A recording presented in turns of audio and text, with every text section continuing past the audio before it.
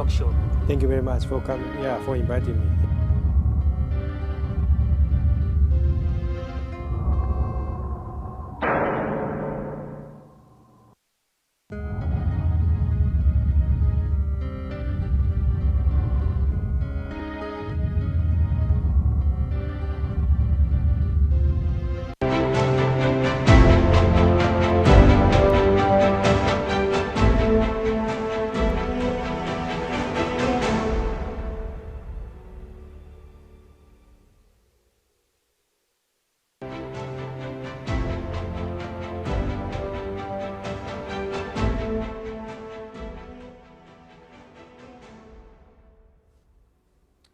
Hello and welcome. This is Talk to SSBC, where we discuss cross-cutting issues. Today, I am glad to be joined by Professor Daisaku Higashi, a professor at Sophia University in Japan, to discuss about peace building and the role of media. Thank you for joining us. Welcome to this program. Thank you for joining us on this episode, Professor Higashi. It's my pleasure to welcome you to this talk show. Thank you very much for coming. For inviting me. You're welcome. Professor Higashi, you have been doing a research on peace building since 2016, according to your presentation today. Why are you interested in doing this research in South Sudan about peace building? I was very interested in how to make a peace, overcoming the issue of the war since my childhood, because my parents got the atomic bomb in the Hiroshima almost 78 years ago. So I wanted to make some contribution to making a peace, and I studied my master and PhD in the University of British Columbia in Canada. And I did my first research on peace building like Afghanistan, East Timor, Sierra Leone, and Iraq. And then after I got a PhD from University of British Columbia and became professor at Sophia University in Tokyo, I was really wanted or passionate about doing a research on the peace process of South Sudan, because I think South Sudan has also challenge of making a peace building, because you became independent in 2011, but you started the civil war in the end of 2013, right? So I wanted to be involved, or I wanted to start my research on the peace process of South Sudan so that I can make some contributions to the peace building in South Sudan. So that was my initial motivation, why I started doing my research on South Sudan, in 2016. That's very good.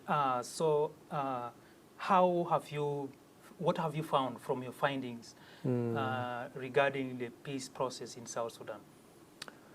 I started my research in the neighboring country, in like Ethiopia and Kenya and Uganda, and I interviewed many stakeholders, including like mediators of peace process in South Sudan. And then I was tasked by Japanese foreign minister to come to Juba and to deliver some lecture in Juba University, but also to see a lot of the stakeholders, like a vice president and the many ministers, and opposition leader in South Sudan in Juba in 2019, so 4 years ago. Okay. And then I continued to follow this process, and I came here again as new foreign minister. Foreign Minister Yoshimasa Hayashi requested me to come here to do some research and to deliver some lecture here.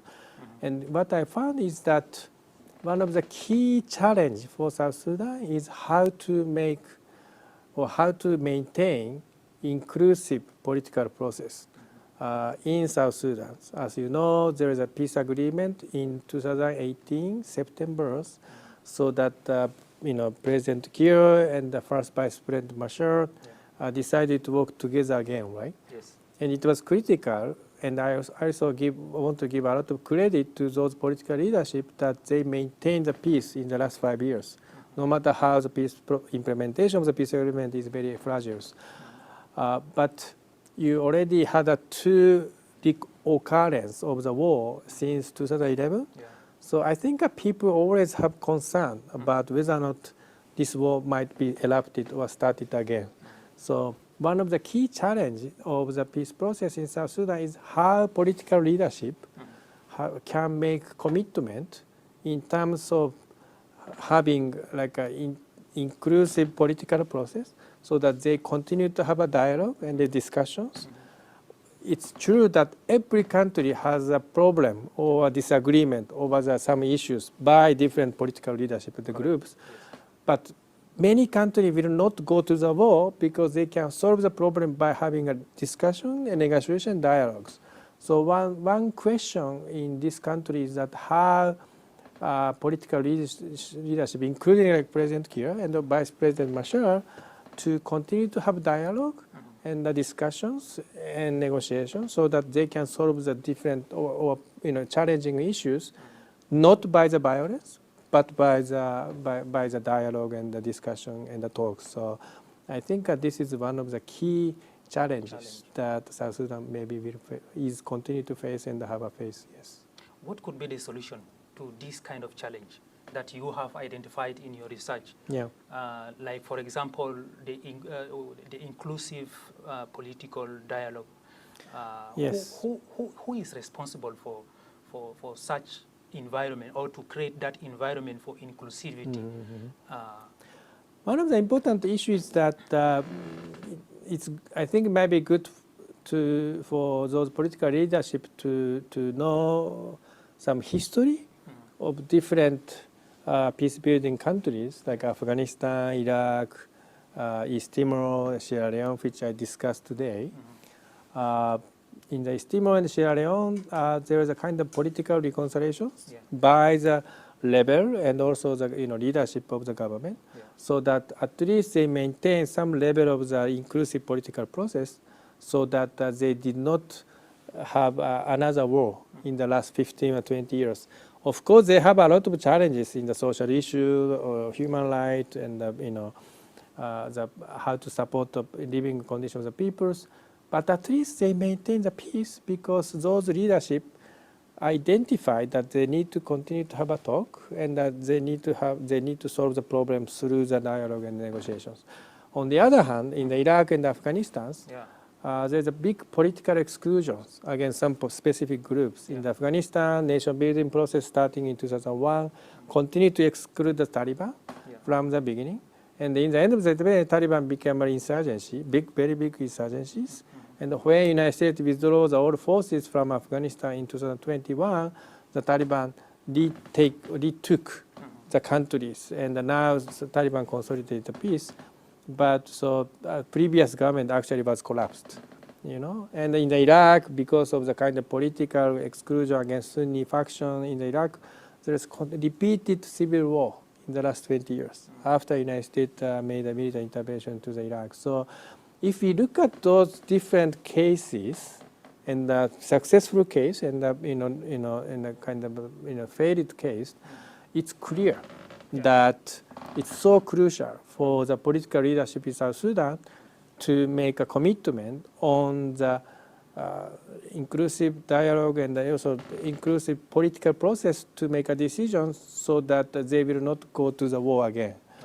And so it's one thing that the political leadership understands those issues, but it's a second that ordinary people, and including people in the university, people in the media, and the people in the journalists, and the people in the companies, have same understanding, so that they can continue to engage with political leaders. That yes, I understand that there is some different ideas and opinion, but it's always crucial that you continue to have dialogue to solve the problem through the negotiation dialogue, so that you will not go to the war. And it's also very important not to exclude some political factions in the process of peace building, so that you don't go to the war again. So those kind of understanding and also those kind of engagement from the normal people, ordinary people, to the political leadership should be also very critical to maintain those kind of process.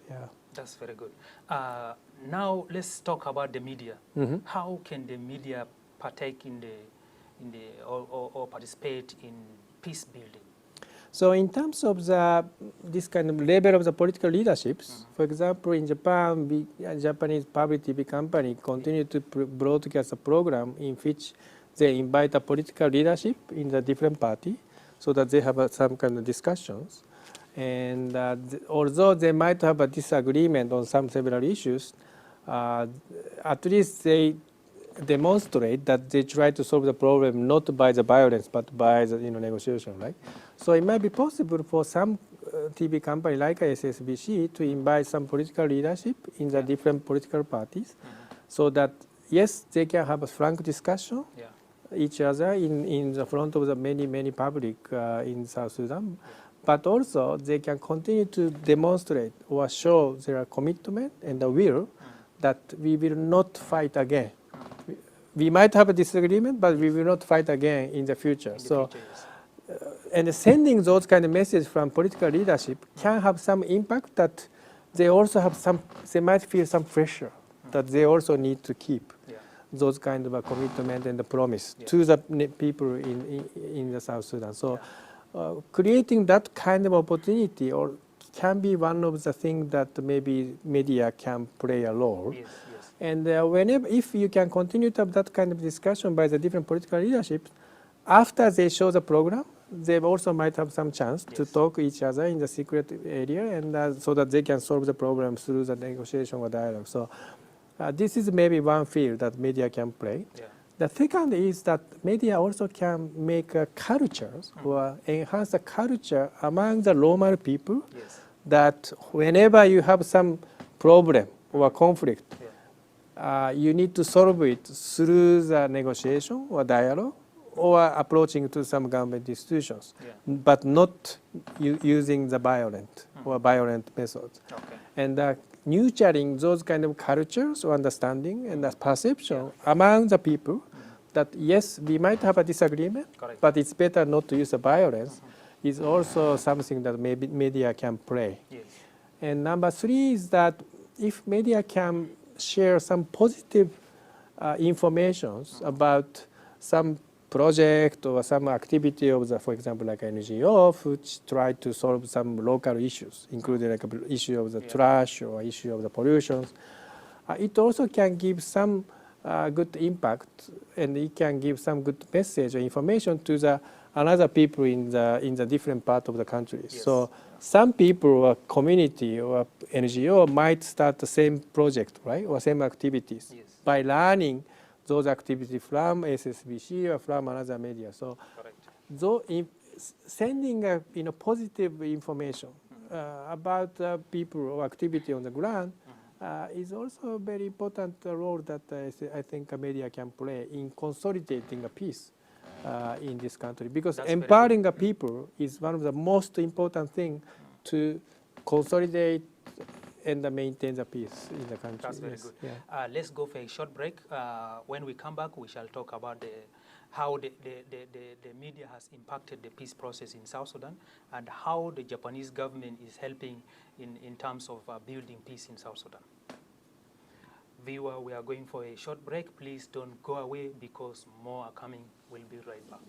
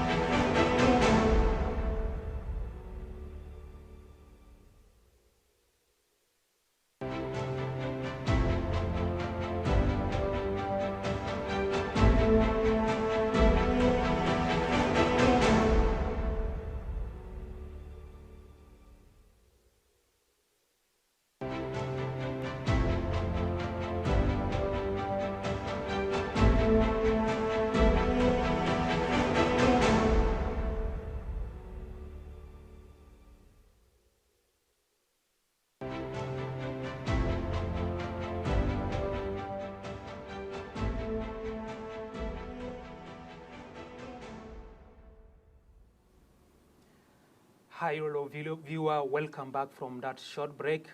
We are still here with Professor Daisaku Higashi, a professor at Sophia University in Japan. We are discussing about peace building and the role of media. Stay back. We are having more coming. Welcome from that short break. As we are talking about peace building and the role of media, how has the media in South Sudan impacted on the peace building in South Sudan based on your research? So yes, there are several different media in South Sudan, and yeah, I'm sure that there might be some challenge all the time, and Japan even Japan has a lot of challenge in terms of freedom of speech and freedom of the media. And so I just hope that SSBC and also another media continue to have active broadcasting on the issue of the people who are suffering on the ground. So you don't have to criticize directly the government per se, but as long as you capture the real problem of the people who are suffering from the drought, the flood, and the lack of the food and the lack of the salaries, it's important for people to understand the issues. Yes. And also it's important for political leadership to understand the issues so that maybe they can be more motivated to improve the situation. So yeah, I think I hope SSBC and South Sudanese media continue to play those roles, yes. Okay. Yeah. So how is the Japanese government participating in peace building in South Sudan?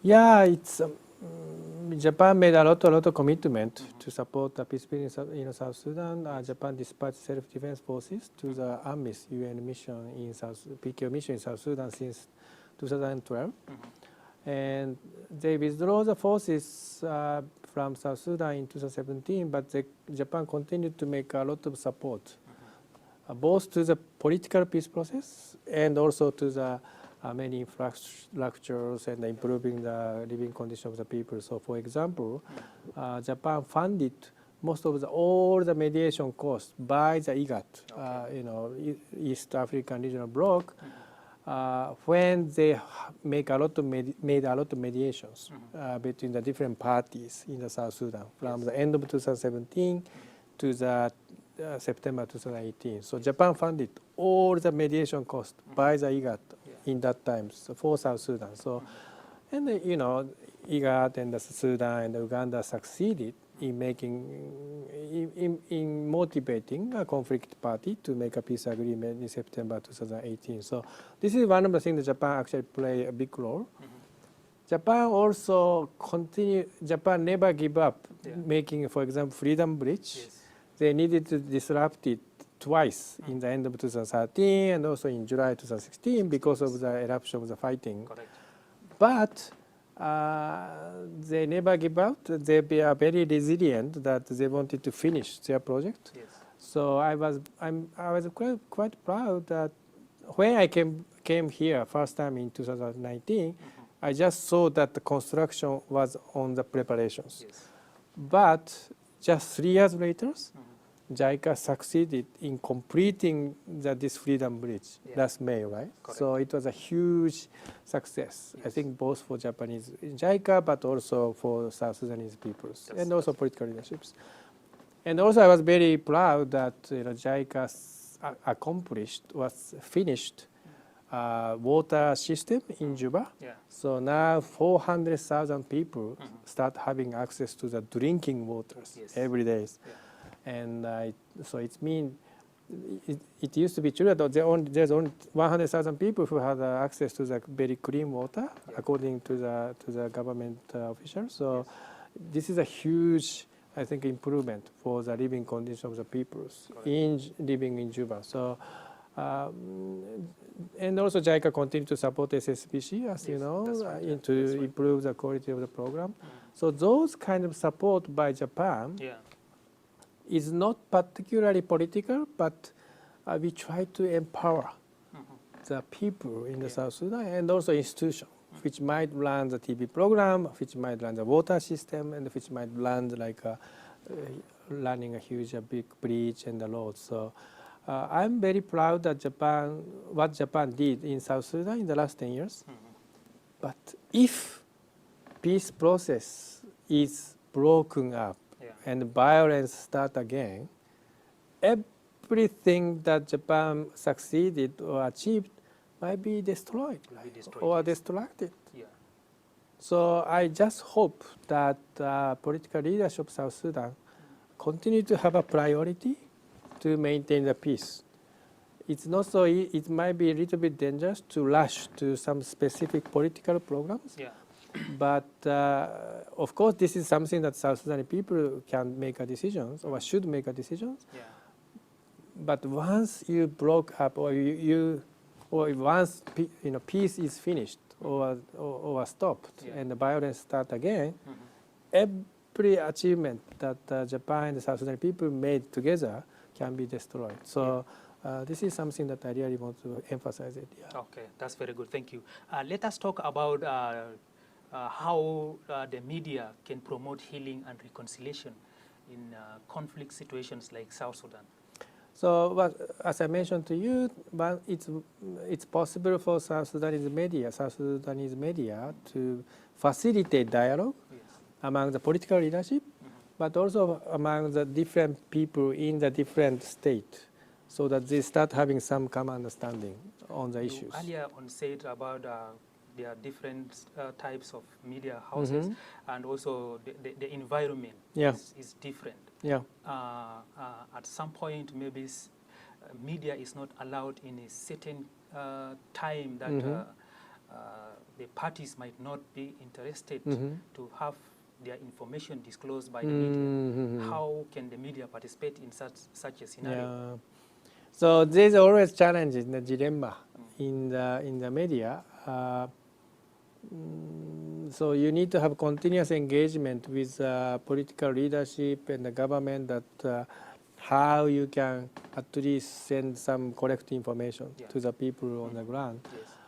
And one of the way to have a positive, to get a positive reaction from the leadership is that, we want to support the government to consolidate the peace and improve the people's conditions. Yeah. So in order to do it, it's very important for us to share, for example, some very positive project or positive information coming from some different part of the South Sudan itself. And also you might want to share some good information which was outside of the country, but South Sudan can learn from it. So for example, there's one Japanese NGO which made a almost miracle project in Afghanistan. And this is Dr. Tetsu Nakamura, who worked for Afghanistan for 35 years. Okay. And he identified that the drought caused by the global warming is one of the biggest threats for South Sudan. So he started working with hundred of Afghan farmers to create a lot of canal like this. And it's a man-made canal, but he spent almost 20 years together with 100 farmers by making those kind of canals which get the water from the big river like this in Afghanistan. And because of making those canals, he made a huge achievement. So this is area which used to be agriculture field, but which became desert because of the drought in 2003. Yeah. But 10 years later, it became huge agriculture field like this. Yeah. Can you see it? Yeah, like this. Yeah. So it became huge green. This is another area which became desert because of the drought. But in 5 years later, it became a huge agriculture field like this. Yeah? So now, this NGO achieved making almost 24,000 hectare agriculture field because of this activity. But like this, yeah. And but this is a system that they really used they Japan established 250 years ago. Long time ago. A long time ago. So it's very traditional, very primitive. So the technique that this NGO use can be used by Afghan farmers as well. So they can fix it, they can maintain it, and they can expand it. So now they got a lot of harvest, and like they got a lot of lemon. You can see the lemon. Can you take a lemon? They can see a lot of lemon, and this is a cow, and this is a cow, right? Cattle, and they got a lot of rice field like this, rice field, and they got a lot of honey, and they also got a lot of green pea, green pea. And they also got a huge, like a feed, like this. And they also started having a lot of rice field, like this one. So this area became almost like a paradise for, and almost 1 million people now living in that agricultural field. Yes. And JICA created the manual together with this Japanese NGO, PMS, together with FAO, in English, Japanese, and also the local language. So my hope is that if this NGO's way of irrigation system can be expanded to entire Afghanistan, it might be able to be expanded to like some country in the Middle East, and also in Africa, like Ethiopia, Kenya, Somalia, and also South Sudan. And I heard that South Sudan has a huge potential in terms of agriculture. You have a lot of good land, which is very fertile. And also you have a big river, like a Nile River, right? So once you start some level, it doesn't have to be very sophisticated, high technology, but if you start some traditional but sustainable irrigation system in these countries, together with maybe some international partner, including like a JICA, you might have a huge improvement on the living condition of the people, not only in Jiba, but across the countries. And improving that kind of living conditions, we call it the peace dividend, is very crucial to maintain the peace as well. Because people start feeling, oh, our life become better. We start having a lot of agriculture production. So it's so crucial to maintain the peace. So, and so it creates more and more atmosphere or momentum that, yes, South Sudanese people can get more and more development, both in the agriculture and the factories. So we need to maintain the peace. So it becomes kind of good circle, right? So I think those are things maybe SSBC can promote. And if you can get some good information, not only from Japan, but from other countries, you can also share those information to the people in this country. And maybe the people in this country can learn and start making their own way to start some project and improve their living conditions. So now let's talk about, based on your research, you have interacted with South Sudan leaders and including even the common people. How do you find the people? Are they people that can make peace between themselves? Generally, their mood. How do you find the South Sudanese people? Yeah, I talked with many political leadership here in South Sudan, including many vice presidents, and also I talked with many South Sudanese people, staff who work for JICA project. And I get the sense and the perception that many South Sudanese people are very serious and they work very hard. When I talked with a Japanese expert who accomplished this bridge, Freedom Bridge, he said he's very happy working with South Sudanese staff because they are very serious and they want to learn. They have an attitude that they want to learn something from Japanese expertise. So those kind of spirits is very important, I think. And in terms of political leaderships, as long as I meet those people, it seems to me that they have some political will that they want to maintain the peace process. Yes. And so, of course, you still have a lot of challenges, especially in the local area. But it's good that you maintain the peace in the last 5 years in Juba. Yes. So there's a lot of development here. Yeah. The question is how you can expand that kind of development and improvement to the local area, I think.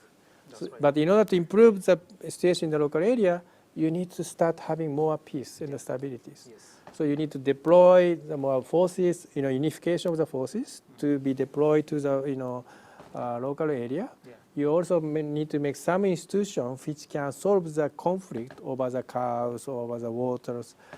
But those kind of things require times. Yes.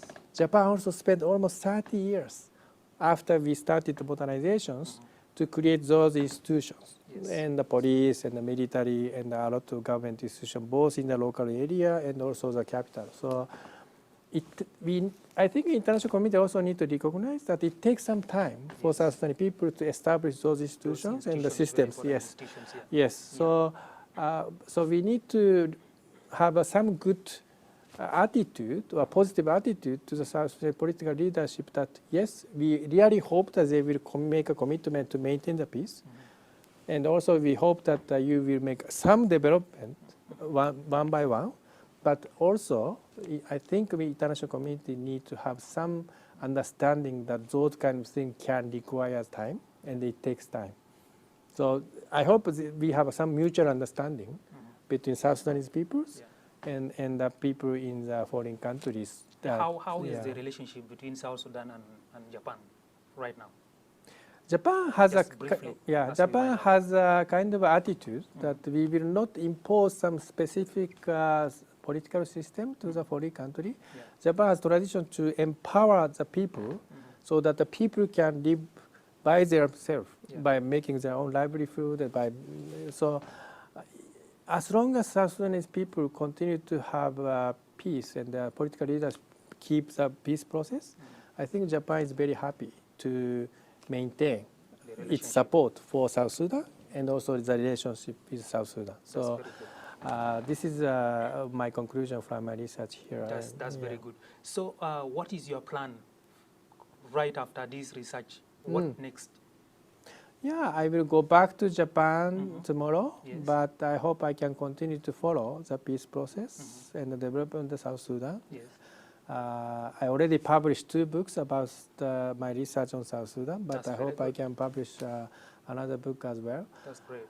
My dream is that if I can come back here and teach the student, for example, some university in Juba.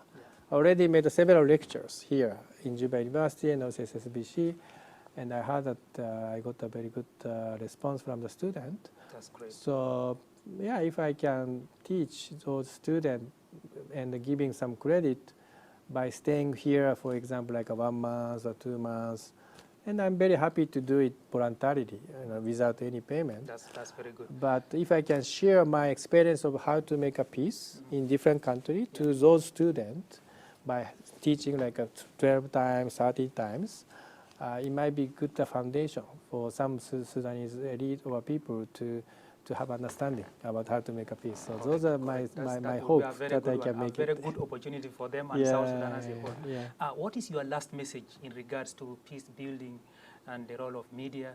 And what is your advice to all South Sudanese on how to make peace? It's always challenging to make a peace in every country, and every country has some issue or some challenges in the process of consolidating a peace. Even Japan has several civil wars after we started modernization into 150 years ago. And many countries have some level of the conflict in the process of peace building. So it's very important for us to, I think, South Sudan peoples not to give up making a peace. At least you achieved some level of the peace in the last 5 years. It's very crucial to extend it as long as, or hopefully forever. But we need to have some activity and momentum and also will by people to send a message to the political leadership that, yes, you might have agreement on some issues, we might have some disagreement on some issues, but it's so crucial that you maintain the peace. because otherwise everything can be destroyed and destructed, or destroyed and disrupted. So yeah, I think my message to such people is that not to give up for making a peace, and also as long as you make some step and some improvement step by step, your future will be bright. So yeah.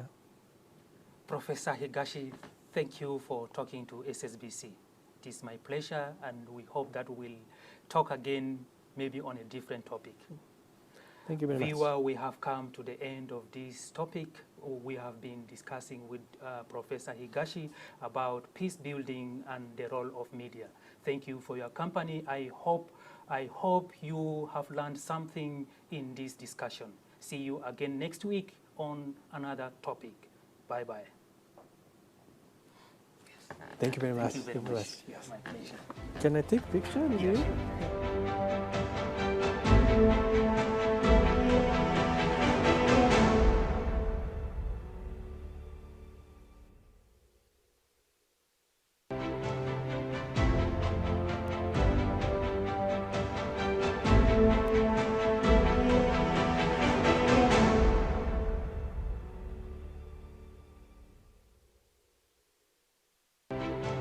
Flooded grassland along the Sud provide valuable grass